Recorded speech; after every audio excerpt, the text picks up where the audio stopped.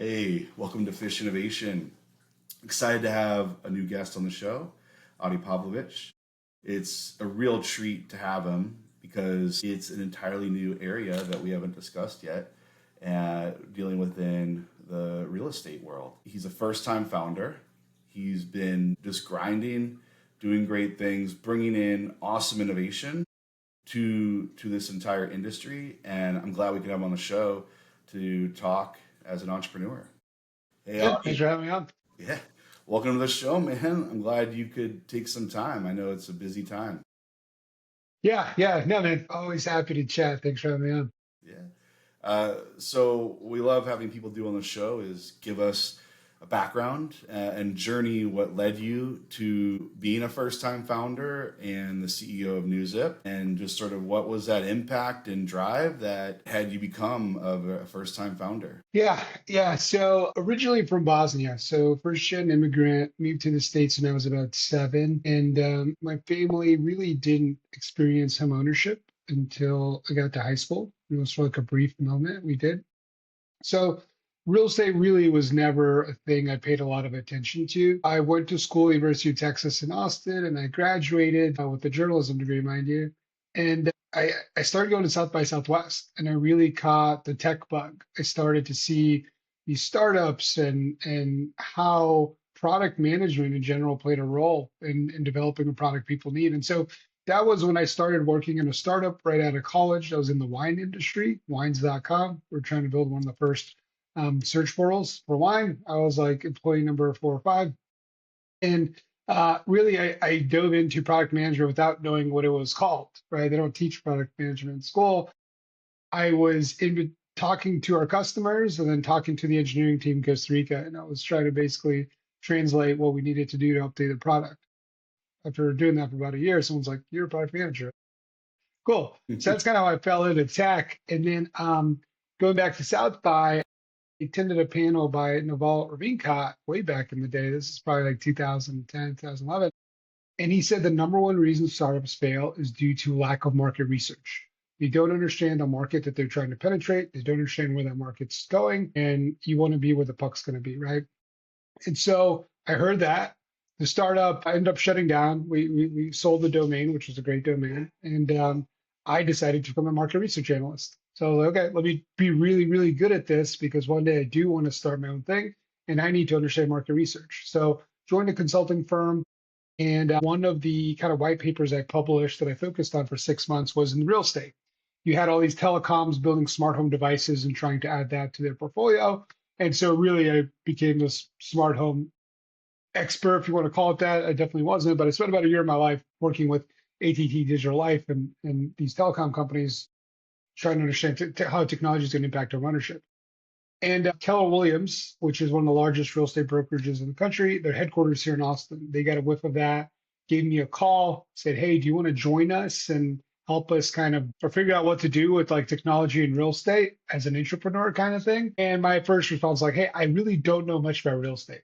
I literally know nothing. I don't know if I'm a good fit." And they said, "Hey, that's a perfect answer. Why don't you come in?" And so that was kind of how I got into real estate. That was probably about a decade ago.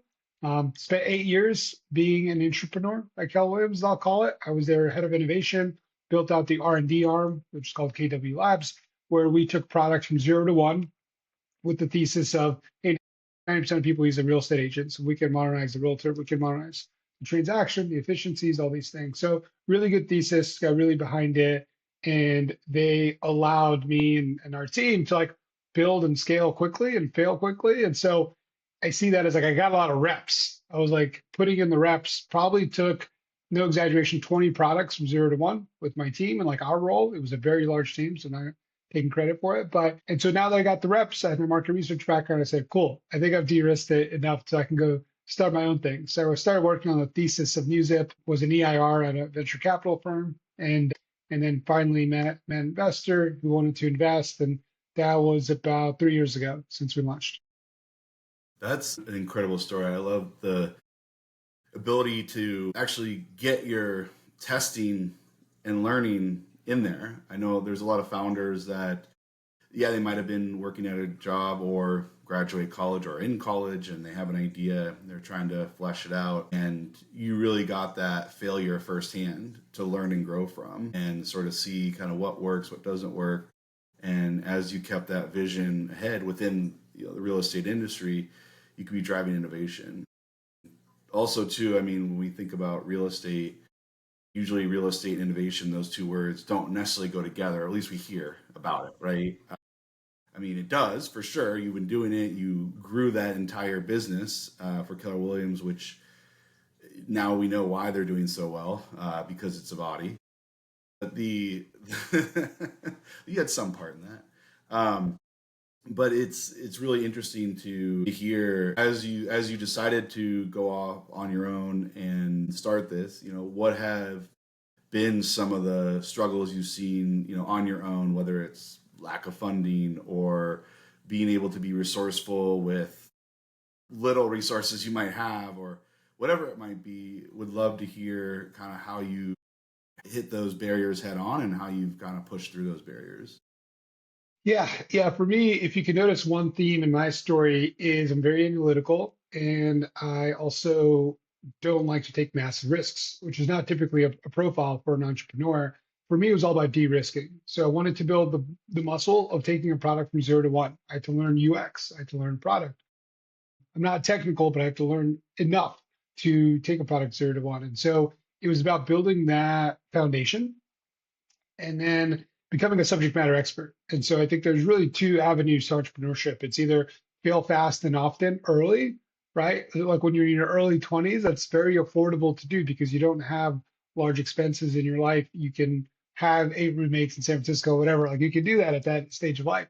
The other one is to become an entrepreneurship, actually get paid to learn in an industry you care about. So I fell in love with home ownership because I started to realize how impactful it is towards building your net worth and how the kind of the American dream was really built on the foundation of owning this massive asset class with a beautiful financial product that is called the mortgage, and you can build generational wealth that way. And so you can imagine as a first time immigrant and parents who didn't grow up in this country, it was very much like this is the missing piece to building generational wealth that we just didn't understand.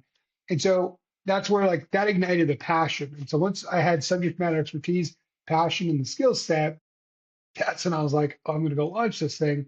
And the first thing that I really encountered that didn't go my way was actually fundraising. I spent a little less than a year being entrepreneur in residence at a venture capital firm because guess what? I wanted to understand venture at a really deep level before I went to go raise money. And then I did to a certain point. And then it was like, hey, do I really invest becoming a in venture and like working in venture and spending the next decade of my life like helping entrepreneurs innovate this industry, or do I take my experience and leverage it? And by the time I had the idea, we went to market, we signed our first clients, then we started to raise around.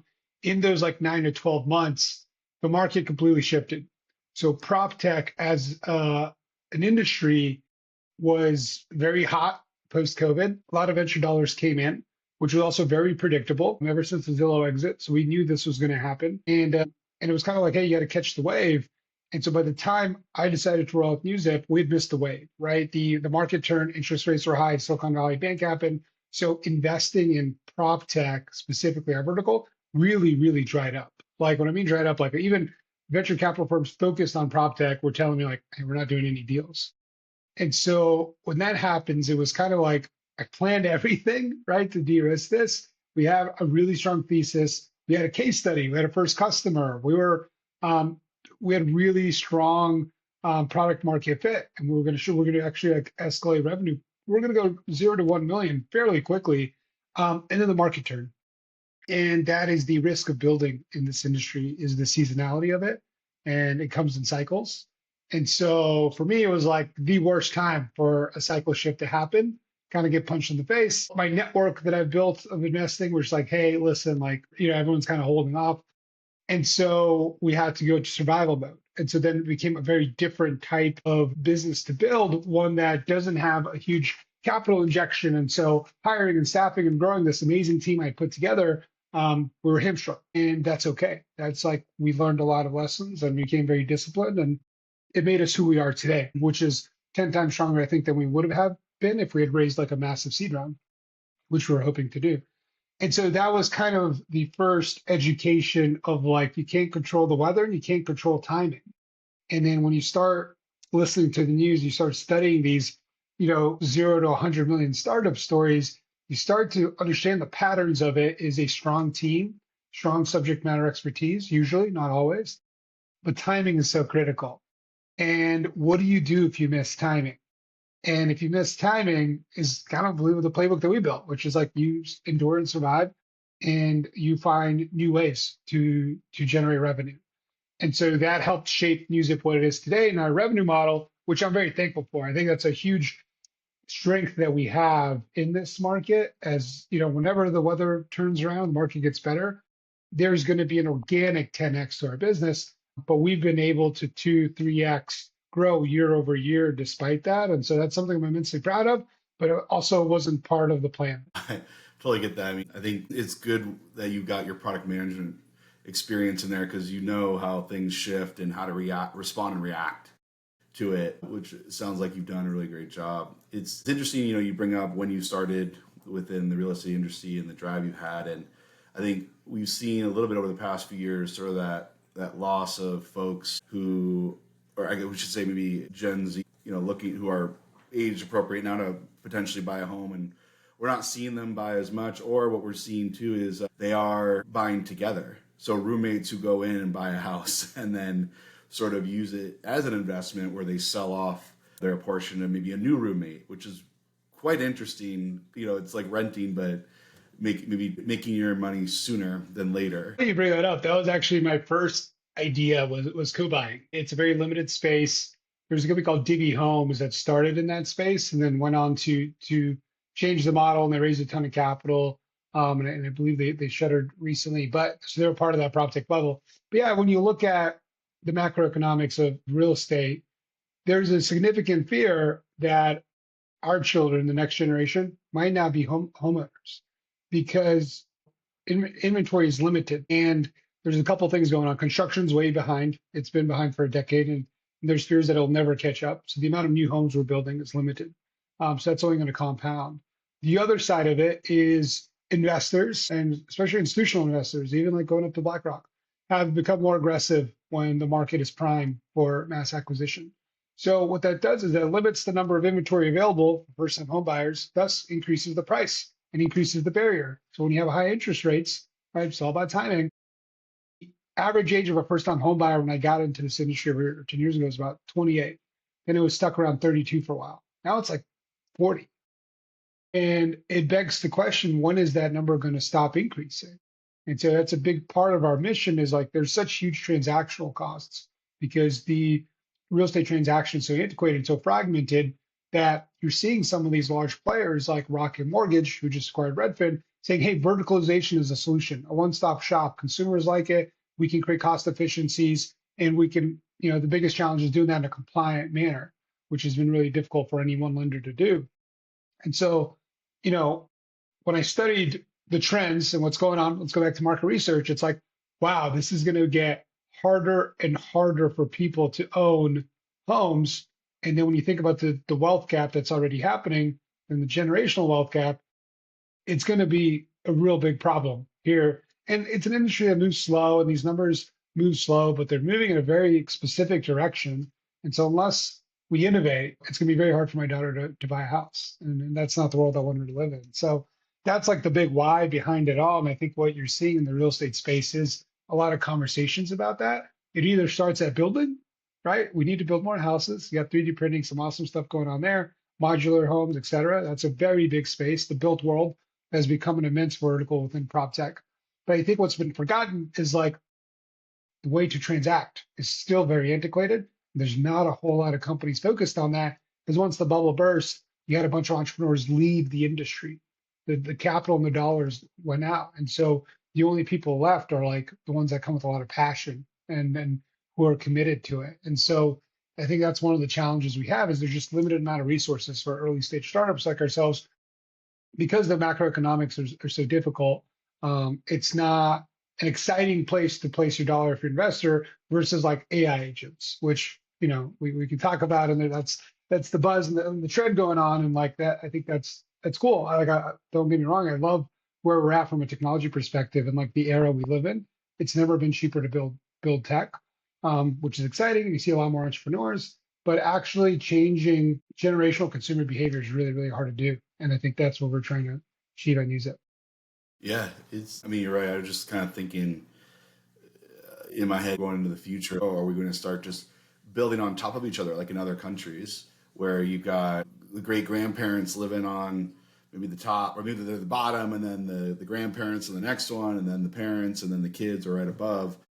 You just kind of add to your house, right? So, Yeah, well, there's no shortage of space in America. I think that's the one thing we got going for us. But yeah. labor and construction materials right now are becoming an all-time high. So like, Yeah. who's going to build these things? Oh, I agreed. And then, of course, people want to rebuild what they have. Does an average is 10 years inside your house? You're going to go remodel your bathroom and your kitchen every 10 years, right? And, so yeah, you see, instead of people actually saying, hey, I'm going to move into a different house, it's cheaper for me to just remodel inside my own house and make it a nicer time. And then we'll see what happens. Well, yeah, and the cost of capital is a lot cheaper too, right? Because the one tremendous thing that's happened with the real estate market in the past 5 years is the amount of equity people have in their homes is in the trillions. It's the highest it's ever been. So a lot of people are sitting on that, we talk about generational wealth, that net worth, but it's in their house.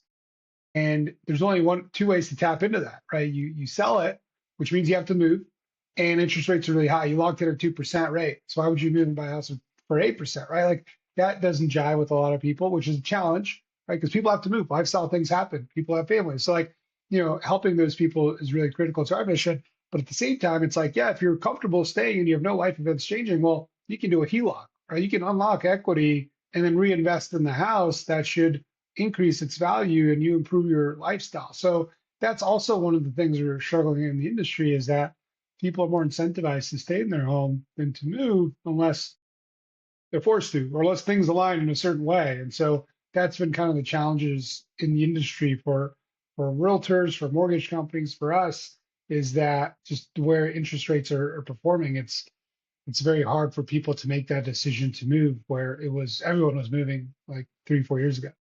Yeah, I mean, if you were looking at like baby boomers, they were selling their homes and then moving to into the city, into downtown district, brand new high-rise apartments. They're like, sure, I'll rent. I mean, I've got 20, 30 years left on my life, and well, I'll just live the good life in the city. Brand new restaurants, things like that.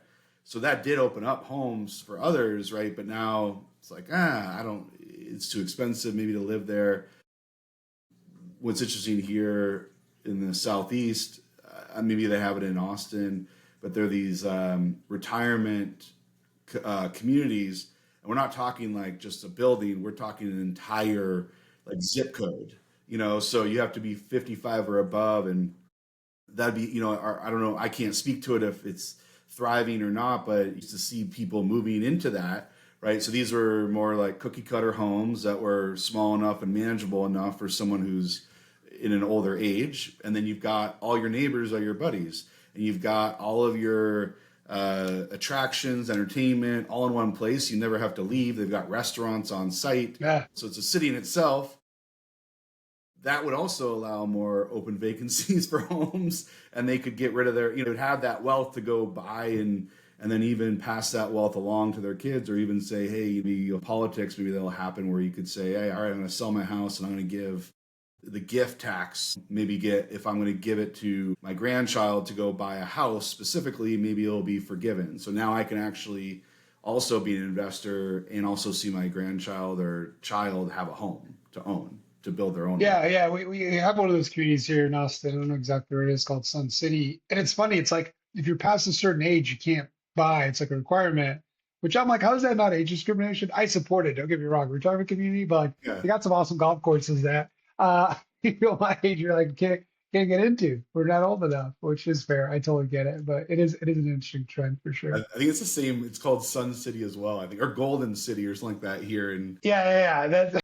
I guess it's similar, but yeah, I mean, the like you talk about innovation, and those are ways that we can do that from a realtor's perspective. I mean, so inventory low, and a lot of folks have been realtors. Like, how have you seen that innovation change, or how successful realtors versus those that are struggling? Like, how would you see what they're doing today to be on top? Yeah, any trend in real estate is kind of a slow burn. Nothing really happens overnight for a lot of reasons. One of the trends with realtors that's been going on for a while is this concept of teams. So you've had brokerages, right? And they kind of take on all the liability, and you have to like work as part of a brokerage. And then you have your individual agents. The most common structure is usually a husband and wife, like a team, right? And what's happened over the years is that the brokerages have invested a lot into technology and infrastructure to say, hey, your license here. But what's really attracted talent is these teams. They're high performing teams, and they're kind of like, think of them as like small, medium sized businesses. Because the challenge realtors have is that the market share is super fragmented. So you can become a good agent and you can earn six figures up until a certain point. You can only get so much market share in your market. And so what these teams started to do is really kind of build more structure around how to operate within a team. And then you can actually, these teams started doing something called expansion. So they would move to different cities, run the same playbook, the same lead gen, and you can join one of these teams and kind of de-risk this very cutthroat industry where you're an independent contractor and you put money on the table for closing, which has its own challenges, right? When you think from a customer experience and pressure selling and things of that sort. So like some people have had bad experiences with realtors because of that. But the real challenge in real estate is a really low barrier to entry. And so the customer experience is going to vary because it's very easy to get licensed as a realtor. Now, it's not very easy to be a great realtor. What's happened when inventory goes away and the market becomes more difficult is that the top 20% of realtors, which typically do about 70, 80% of business, they actually do pretty well. That's when they gain market share because the part-timers and the people that are doing a few transactions here or there, they get really weeded out. It becomes a lot more competitive. Acquisition costs get higher for leads and pre-approvals. And so either you have a database network that works, or you're part of a larger team that's doing lead gen at a high level, and you can be part of that. The problem is that in order to be a part of that team, you have to um, give another commission split. So the broker gets a little bit, now your team gets a little bit. So the overall opportunity is shrinking. But I think that's a good thing. I think the market is been oversaturated with agents. There's, I think, a number of licensed real estate agents, core NAR is like 1.2, 1.3 million. That's a lot of folks. 4 to 5 million homes a year are being sold, right? So does everyone do 3 or 4 deals per year? No, that's not what's happening. And so it happens when the market changes, these things change. But I think there's certainly a good amount of realtors out there that are operating just fine. They're surviving, and they're going to be very well positioned when things pick up to grow even more. And those are the type of real estate agents, to be quite honest, we work with. So we have a network of real estate agents. We cover 95% of zip codes because we have to. Our clients are nationwide. And we target those agents. And spending 8 years at Keller, I know how to recognize those agents. I know data is actually really difficult to get on these agents because of the way the teams are structured. But working with those agents, I think that's the biggest surprise new entrepreneurs have into this space. Because when I was starting out at Keller, there was no shortage of companies being like, we're going to replace agents. They cost too much. And now it's like, we're going to use AI and we're going to do this. And if you interact with the top 100 agents, they're some of the best business minds out there. The level of customer experience and concierge that they provide and local knowledge is not replaceable. It really isn't, because there's only so much public data out there. There's all this offline data. What's this neighborhood like? What are the neighbors like? It's moving and changing so rapidly that I think sometimes we forget the value of human intelligence, especially in this way where AI intelligence is being treated at a premium. And I think agents are a really good case study because there's been other agents that don't exist anymore. Travel agents is a good example. One of the things we did at Keller is we said, well, hey, what happened to travel agents? They all kind of went away. And then when we looked at the data, they didn't go away. They just became more like subject matter expertise. Like they were just focused on business travel, family travel, whatever, safari travel. And there's a bunch of travel agents who are doing just fine, but the number of travel agents shrunk considerably because you can book your own flights and hotels. But the number one demographic that was using travel agents was millennials because they're like, wait a second, there's this awesome customer experience and I paid nothing for it and I can get this cool. And so we looked at that trend and said, hey, I think that's where real estate's going to go. I think really, really good agents are become experts in their market or in this vertical or in relocation, and they're going to deliver an experience that's just going to be better than any white label large platform out there. And so our goal of NewZip is to connect people with those realtors because it is a tremendously different transaction when you work with that type of realtor versus like your average or part-time. It's so interesting. You kind of mentioned that the industry and how similar industry where it's sort of service based, but it still is getting you whatever, whether it's a vacation or if it's a house, and you're so on. I mean, if you talk to an agent who's like, oh yeah, here's a bunch of houses, whether you're servicing people who are moving to the area or people who have lived in the area, you don't know. I mean, you might have heard from your neighbors or like, oh yeah, that's a good place to live, but the realtor is going to know. So this neighborhood is really good for these kinds of people. I just sold 8 homes in this area, and they were all people who have young kids. And you might be 65 years old and going, maybe I don't want to be in this neighborhood. But you said, oh, I like the house, right? So again, AI is not going to be able to tell you that data, especially it's not necessarily public, right, about it. And then only the amenities around it you can sort of understood. So the better realtors are going to be able to give you more insight and detail, and then of course personalize it, right? So it sounds like it's more personally tailored approach, which is great. We talk about products themselves or SaaS products. We're tailoring it so you can see that in real estate, and those realtors are doing great. Like, what are some of the trends you're going to see in the next few years when it comes to real estate? Like, how are people going to be searching for homes? How are people going to be connecting with realtors? Based on what we were saying, people might not be buying homes, but how are you going to see that next marketing group, whether it's Gen Z or the one after it, buying homes?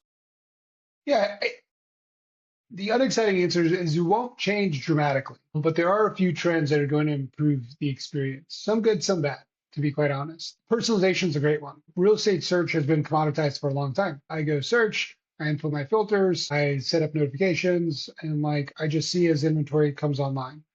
There's this battle happening on real estate where brokers are trying exclusive listings.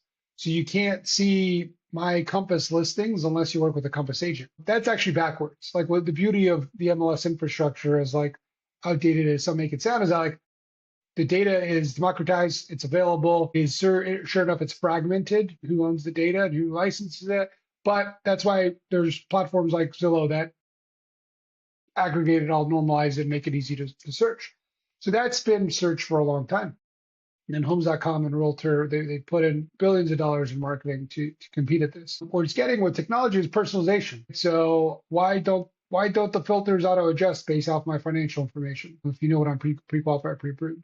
So Zillow is getting really heavy in mortgage. Redfin got acquired by a mortgage company. The theme you're seeing here is that the marriage of financial data and MLS data allows you to personalize a real estate journey for every borrower based on their timeline and inventory in their local market. So this is something we have what we call a home trajectory score at NewZip, which is, okay, you're pre-approved for this. Let's see what types of homes you can afford. What kind of monthly payment can you afford? And in what areas can you afford that? And so that's a really exciting trend in terms of like personalization, that search is like, it's going to be a win-win for everybody. So that's a good trend. A challenging trend we see is there is a growing amount of financial services in the real estate space to help you buy or sell or co-buy or really creative models to decrease the barrier into home ownership. So a lot of these models want to benefit for benefiting people in the right way. Some of them could be argued are predatory. And so I think when mortgage rates are high and limited inventory, you're going to get these creative financial products. And we've seen this happen before, right? If you think about the 2008, 2009 recession. So that is a challenge where some of these products are going to be really, really good for customers. And some of them are not. And that is one of the challenges we have in the industry. And with the CFPB being limited with the current administration and less oversight, that opens up the opportunity for some of these financial products to become more challenging or more predatory. And so that is a trend we're concerned about. I'm concerned about. And so that's kind of like the two main trends. But overall, what we believe is really happening, the larger trend at play is verticalization. So if the cost of buying a house is high, there is transactional costs that are also been generationally high. To buy a house, you're going to pay $7,000 out of pocket in transaction costs. To sell a house, it is $20,000. I think Rocket even claims it's like 40,000.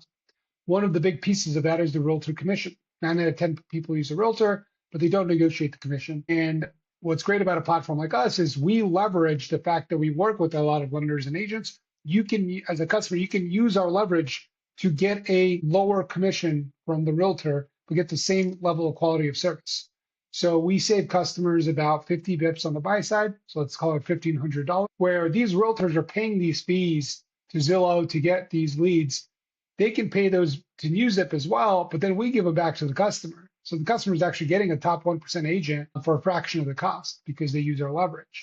And so the question is, if we can help people save on their real estate commission on the buy and sell side and still work with a quality agent, still have a quality customer experience, could we do that for all the other ancillary services that you have to do that inflate the transactional costs? Examples are title, home insurance, appraisal, home warranty, right? You work with about 7 to 8 different services to finalize a transaction of the house. Yeah. You do it every 7 to 10 years. So you don't know which title company to work with. You don't know which insurance company to work with. You can shop for them online a little bit here or there. But what most people do is they ask their real estate agent, say, hey, what do you recommend? And this is really critical because the good real estate agents will know the good vendors, but a lot of them are not incentivized to give you the best product. They are incentivized to de-risk the transaction for them as much as possible so they can get paid. And that's no fault to the agent. That's just how the business relationship works between a buyer and a seller and an agent. And so you see consumers question that loyalty or just blindly take the recommendations because they just want to close on the house. And it's going to cost them a couple extra $1,000. Sure, fine. But as those numbers start to scale, the best way to save people money is to verticalize, right? Travel did this, auto did this, insurance did this, bundle and save. Let me get my mortgage, my real estate agent, my title, my insurance all in one place, and you can create cost efficiencies. And so like that is the biggest trend that's happening in real estate that will materially change people's ability to buy and sell homes, but it's very hard to do. And because of compliance, it makes it very difficult to do that all in a centralized place in the RESPA compliant way. And so this is something we're working with NAR, working with legislation to say, hey, we're trying to give the money back to the consumer. This should be a healthy business practice. And I think that's going to be the biggest shift in the next 5 to 10 years. And like Rocket's doing it, Better.com's doing it, Tomo, Loan Depot are doing it, but most of the industry is not doing it. We're out there trying to educate lenders and financial institutions to say, hey, it begins with you because people can't buy a house without finances. There's cash buyers and like, that's awesome. Good for them. That's like a small group. How do we help these people who need debt to buy this asset class that is so rewarding and so worth it? And we believe it's by verticalizing the real estate transaction. So that's a mouthful. Those are like the three main trends we're seeing that we're excited about. And I think some of it will shake out and come to materialization. Some of it might just be shiny object or it might just be trend because of the market we're in and when the market changes. Yeah, I fully believe in what you're saying. I mean, I can tell you firsthand when we bought a house, I think 12 years ago at this point, all the things that you're talking about, either I did or my realtor did. Great example was I'm data driven as well, so I put together a simple model in Excel of how I should, based on what our incomes are, what the bank said, from a pre-qual, what we're going to be able to afford. And so I was able to share that with the realtor and say, all right, well, this is the max bid we should do, right? And it turned out for the best because it was a house we really wanted before this one that we got. And turns out the other people just kept bidding higher and they got it. Well, guess what? The house was completely overvalued for what it was. There was a lot of issues. The people got stuck with it. They either had to walk away from all the money they put into it in the bidding process. And we were like, wow, so glad we had that model, because Yeah, just like you say, like that's how that's how the home prices are going to go up so much. Because again, the appraisals are all built based on what did everybody else pay for the home around you. And so if you've got people who can go above and beyond, and other people are just like, I want that house, I'll pay for whatever it is, you're hurting everybody else who's trying to get a home in the area later on. So having these kinds of tools and models to help you say, we're not going to bid anymore because we're going to inflate this price, and more people do that, home prices will start to go down from an affordability. And then full on, you're correct. I mean, what did we do? It was our first home that we just bought. We asked the realtor, who do we need to get? Like all these repairs. Who do we need to hire? Who's the contractor you trust? Yeah, I could have gone on Angie's List and looked up all these reviews and spent this time. And it's not that I'm lazy, because I'm very data driven. So of course I went and I looked at them. But at the end of the day, I said, okay, this is the guy who helped us get into our home, and he knew what the risks were. He's not going to let us down. He's going to make sure that we're happy, because if we're not, we're never probably going to use them again, or we're not going to, tell other people to use them. And word of mouth is probably a realtor's best friend still, just like most marketing. And so, of course, he's going to want to make sure he's got those quality relationships to give. And we still have a relationship with our realtor 12 years later, and we haven't bought or sold anything with him. And the fact that he still checks in on us and comes and doesn't even looking for sales, that's tremendous. And of course, he's very yeah. successful in the Charlotte area. But I think you're absolutely right. All those things are going to come. If more and more folks do that, we'll see broader impact to that. You've actually been able to educate a lot of us on this. I know there's folks that are always looking, like, they know the home process, they know the transactional process. I love how you're thinking about making the pie a little different, and yet being able to keep the quality of the realtor, because the realtor is like, yeah, I'm going to get paid. I don't have to rely on closing that transaction per se. I've got these connections, so now I can just focus on being best in class with my clients. I think shifting that and then enabling others who are looking to know that I'm not going to spend extra money, but I'm going to get the same commitment. It's tremendous.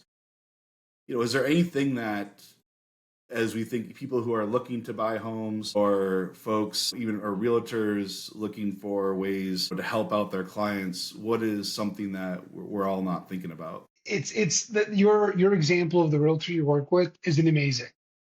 There's a lot of folks who have had that experience. There's also a lot of folks who haven't. So when you talk about search, real estate search, looking and shopping for homes, super fun. Looking and shopping for services like real estate or like the Angie's List of like home maintenance, no, it's not fun. You want to de-risk that. And so word of mouth referral is the number one way to do that. If you don't have that, what do you do? And so at NewZip, we just basically say like, hey, just come to us. We're going to find you the best agent fit for you, tailored for you. We're not just going to match you to whoever the best agent is in that area, because those models actually don't work. Sometimes the best agent is the busiest agent, doesn't have time for new leads. And so, obviously a little bias here, but not everyone has the, you know, the network or the privilege to have someone in their sphere of influence who's a great real estate agent, who knows title, who knows a good contractor. And so for those people, I feel like they've had limited resources out there. And if you go and shop and compare who's the cheapest, right? What's the level of quality you're going to get? And so I think the one hack there exists in real estate that people aren't aware of is you can actually leverage a network like NewZip. There's others out there as well, where you can say, hey, I want to work with one of your best agents, and we will pre-negotiate the commission discount for you. And we're going to pass back that as credit to lower your transactional costs. These solutions are out there. The only reason everyone's not using them is lack of education. And so if you use word of mouth, great. Like that is the best way to do it. I use like person-to-person referrals are the number one way. If you don't have that, then we think there's limited options out there. And that's really what we're trying to fulfill as our need in the market. We're not for everyone. We get that.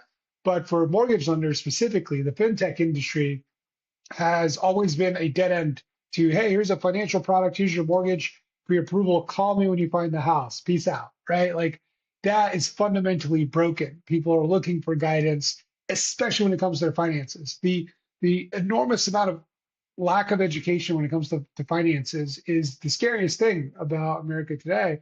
And that's where you get these predatory credit cards and high interest rates, et cetera. The same thing happens in the mortgage industry. And so really is educating consumers that are looking to financial institutions for guidance. And then when they don't get it, they want to buy a house. Well, here's a loan. Good luck is a really terrible customer experience and a really low conversion rate for mortgage lenders. And so if you could tie those two things together, consumers want high quality products and services, and they start with their financial institution. Why can't the financial industry provide that to them? That's the big question. And that's where we think that we want to be the tissue between those two things to coexist. And I just think it starts with education. And there's such a lack of education around real estate, around finances. Consumers need help. They need that education. They need resources. And there's definitely seems to be a shortage of that available. Yeah, and well, I love that there's two sides. NewZip has, you've got the home potential homeowners looking, and you're being able to make those connections and get people set up for high quality realtors like the one I have, or had, or have, however you. I'm gonna definitely, if we sell the house, call him, right? But it's gonna be a lot more impactful of a process than just going on to Zillow and then saying, "Oh yeah, I want to talk to a broker who's listing that house," like, or something. It's like, no, I mean, we'll get you at NewZip somebody who's going to make an impact and make an easy process for you to buy a home wherever you live. That's amazing. And then on the other side is the financial institutions, right? You say, okay, cool, we'll see you later when you're ready, but now you have a way to keep them involved in the process and essentially grooming, right, a good, solid borrower. That's good. Yeah. I don't know if the word grooming is the right word, but like nurturing Yeah. might be a better one. Yes. Yeah. Why not? It wasn't intentional, right? To group. No.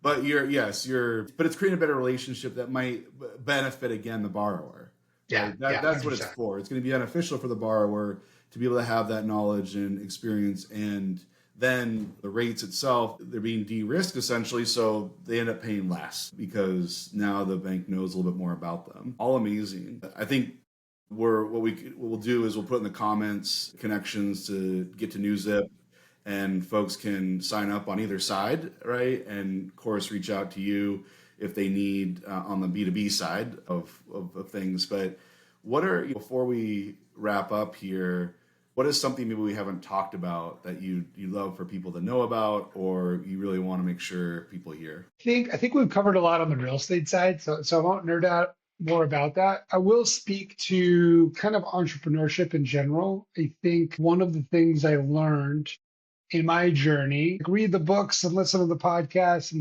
not on Twitter anymore, but like was very big into it, is that you have to normalize success. And the way you do that is you surround yourself with other like-minded individuals. And I think that's the biggest advice I'd give to anyone. Anyone can have an idea, very few people can execute on it. And so I think there's a huge trend of entrepreneurship. I used to be an entrepreneur. I wanted to be an entrepreneur. I became an entrepreneur first. There's a path for everyone that's a little bit different. And I think that from my experience, I would just encourage people to seek out a network, seek out other like minded people. And once you see other people to succeed, don't have envy, have inspiration, which is, hey, you know what? It is possible. It is possible to do X, Y, and Z. And I think when we failed to raise a monumental seed round, right? We did like 1.5 million seed round. We wanted to do more, to be fully honest. But when that didn't happen for us, we started to find a network of people also that were in our space and said, hey, here's how we survived with very little capital. Here's how we innovated with very little capital. And once you see other people do that, then you're like, yeah, this is totally, but like the other way is the wrong way to do it. You become biased and you have your own experiences. But just to encourage entrepreneurship, I think we're in an awesome time in our life where the access to technology is immense. The cost of technology is low. So you're getting a lot of these small businesses that are having high impact. That's really exciting for everyone. I would just want to steer the next generation of entrepreneurs to take that leap from entrepreneurship. Doesn't have to be entrepreneurship immediately. You can be an entrepreneur. You can take a decade to learn a problem very, very deep. And sometimes that's what success looks like. And I wish someone would have told me that when I started my journey because I was really hard on myself for not taking the leap sooner. But that was my path. And I have a bunch of people in my network who had a similar path. And that's just helped me feel better about the journey, my ability to stay sane for all of this. So, yeah, that's just my last 2 cents. I love that. And, there are today's day and age for sure, there's a lot of ways to find those communities and connect, and definitely recommend many people who are entrepreneurs or even wantrepreneurs. It sounds kind of, Yeah, it's not a really great name. negative. We need a better tag. It's folks who want to be, they do want to be entrepreneurs. And so now they can get that next step, or how somebody can get help to figure out how they move to the next step and see something become actionable. So definitely you'll be in LinkedIn on when we send out these videos, so folks can find ways to connect with you there and be a part of your network and grow. And Adi, I really thank you for coming on and shedding light not just on the real estate space but the entrepreneurship space, your struggles, your successes, how you've been able to think about things, the marketing messaging, as well as just being data driven to come across and find these successful products. I know I'm a big fan of NewZip, even though I'm not buying anything or seeing anything. I just love seeing. Appreciate that. I'm like, this is great because this is going to be amazing for the economy, for people, whether they're looking or not looking. It's just setting up for success for the future, and your passion to make sure your daughter can buy a home when that happens. So truly inspired. So once again, thank you for coming on, and to everybody else, I'm glad you're able to listen and hear about this. It's such a remarkable platform. Adi's a remarkable person. Definitely reach out to learn more. And hopefully you guys, if you're not looking for a home, you thought about it. Either way, I want you guys to go out there and keep on innovating. Thanks. Appreciate you, man.